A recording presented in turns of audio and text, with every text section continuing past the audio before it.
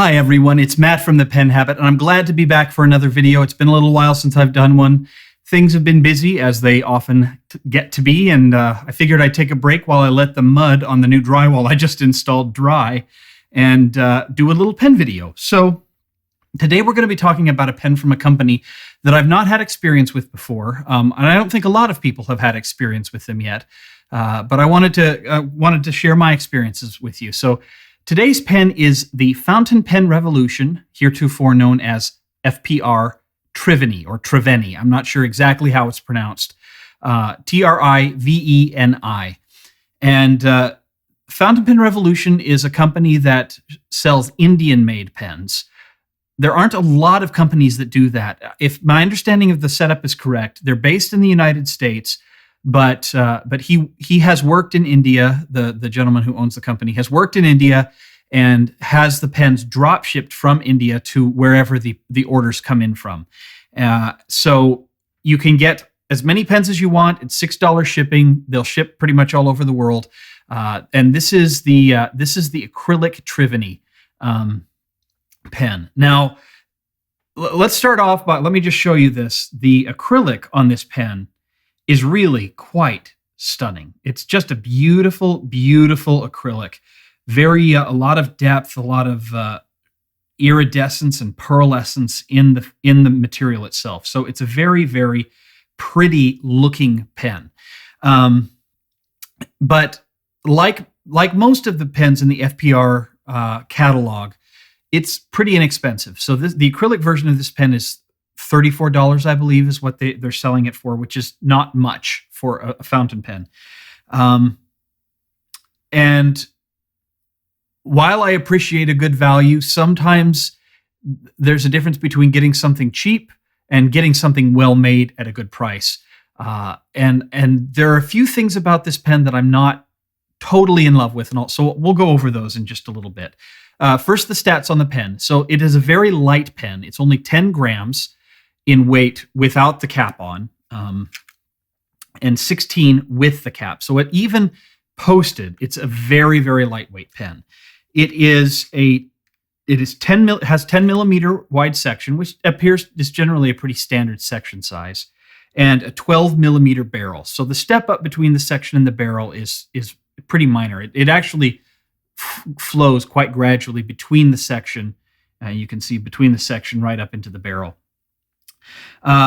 It is 134 millimeters long, uncapped. So as you can see, it fits quite comfortably in the hand. Even if you want to hold it further up the pen, it fits quite comfortably in the hand, even not unposted. Posted, it is a very, very long 180 millimeters, and because it's just so long, the balance is off on this pen. Posted, I wouldn't recommend it posted. And then just regular capped, it's 142 millimeters. So it's a long pen, but it's not super skinny, but it's not your Mont Blanc 149.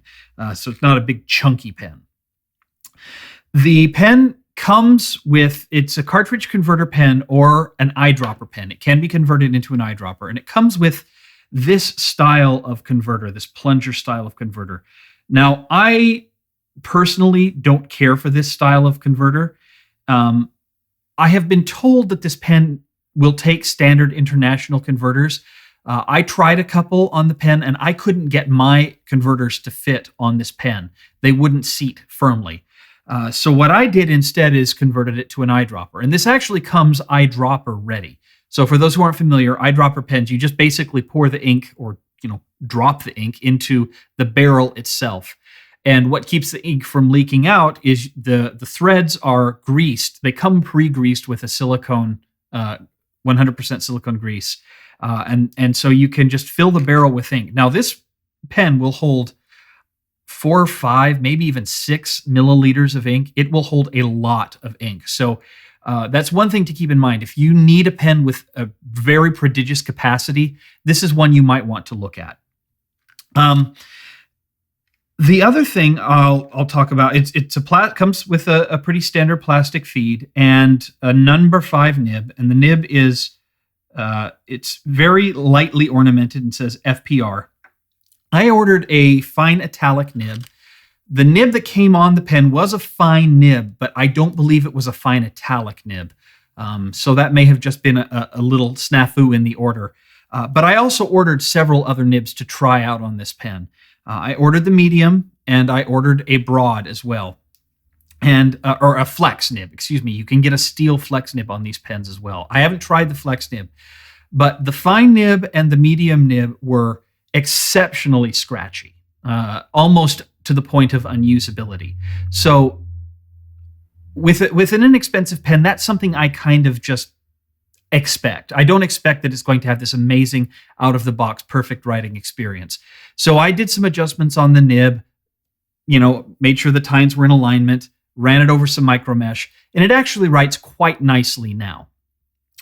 My other real concern with the pen is with the fit between the section, the nib, and the feed. So the problem with this pen, as I've experienced it thus far, is it's a friction fit nib and feed, but it's very, very loose. So if you're the kind of person who rotates your pen when you write, or you put pressure on the pen, the nib will actually rotate around the feed, even when it's correctly installed. It was my understanding that these are standard number 5 size nibs, and I've tried replacing the FPR nib with both a Bach and an Edison number 5 nib, neither which fit properly in my pen and were even looser than the ones that come with the pen. That loose fit can also be a little bit problematic in that it can result in, I've experienced it more with this pen than any other pen, in burping.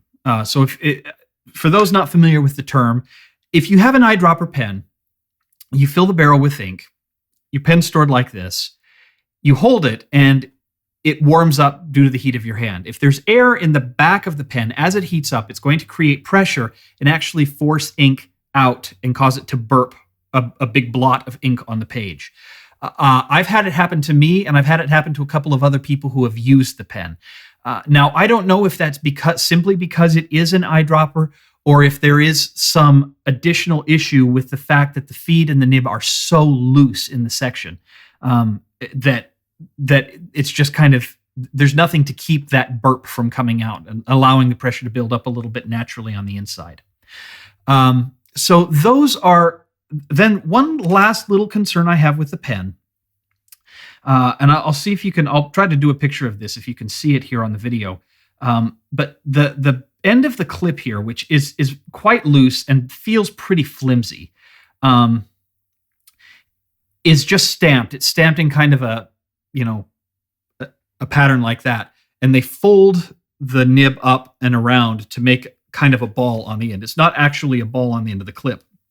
But on this particular pen, you'll notice here on the video or in the photo that when they clamped the metal down around the end of the clip to make the clip end, they didn't close it all the way. So right up there, it can actually, if you've got it in a pocket, it will get caught on the inside of your pocket.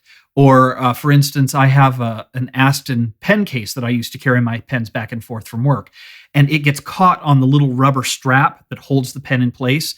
So it's just, it's something I could adjust a little bit with a pair of needle nose pliers and just squeeze it back down and make sure it's properly fit. But it does go to show that it's a nice pen and it's relatively well made, but at this low price point, not a great deal of attention, I don't feel, was paid to the fit and finish of the pen. On the top of the cap, and I don't know if you'll be able to see it on the video well, but you can see there's a little nub left over from where they turned the pen that wasn't polished all the way off. And on the bottom of the cap, again, I don't know if this will show up well. Yeah, there it is. You can see a couple of little gouges on the pen. It's just little things like that that will set this pen apart from one that is made with a slightly higher level of quality control. Now, I will say that the threads on this are cut very, very nicely, and they're very smooth, and they're not sharp. So if you hold your pen right here, you're not even hardly going to feel the threads, which is really, really nice. And the threads are cut cleanly enough on the inside of the section and the barrel that you don't have to worry. I haven't had any leaks of the ink coming through this part of the pen at all. So that's kind of my overview of the FPR Triveni. I'm going to do a little bit of writing and show you how it writes now that I've adjusted it. I don't have it set up the way I used to before I made the adjustments to the nib, because I didn't consider that to be a usable nib. So let's do a writing sample, and I'll show you how it writes now. All right, so this is the fountain pen Revolution Triveni in blue acrylic. They also have ebonite, I believe, and injection molded versions of this pen. The ebonites, I think, are slightly more expensive, and the injection molded versions are slightly or significantly cheaper. If I'm remembering their catalog correctly, I may not be. Today's ink is Private Reserve DC Electric Blue. Electric Blue. And this is a really nice, deep, rich, just plain blue. It's actually very similar to the color of my hooded sweatshirt that I'm wearing today. Doesn't have a lot of nifty properties, not a lot of neat shading or anything like that. But if you're just looking for standard workaday blue, this is a nice one. I like it quite a bit. And it's really saturated, which I love in my inks. And the paper, say it with me, as is always the case, Rhodia dot pad, 80 grams per square meter.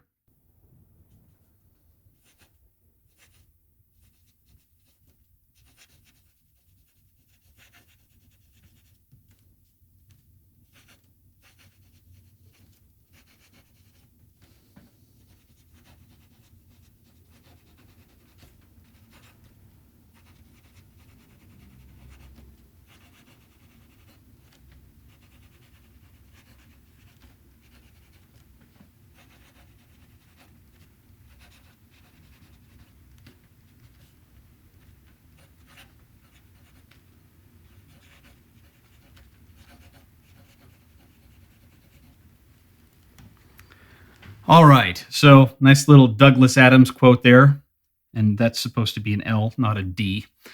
I don't know why, but whenever I do these videos, my handwriting gets worse and worse every time, and I seem to make more and more mistakes every time I do one of these videos.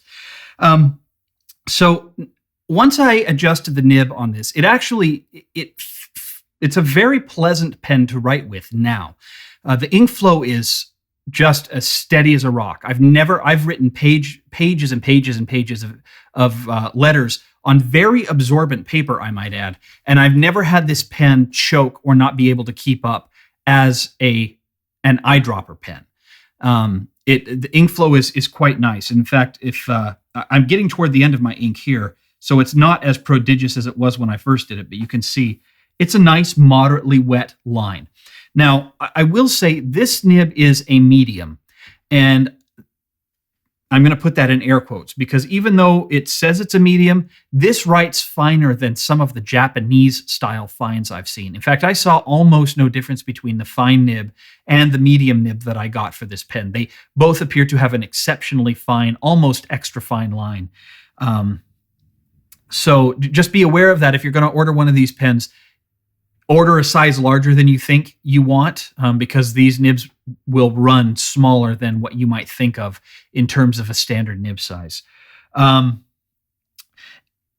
not going to go ahead and press the nib too much. You can see there's a little bit of nib flex, but I'm not going to do too much here to try to press the line variation, again, because of the looseness of the feed and the nib on this pen.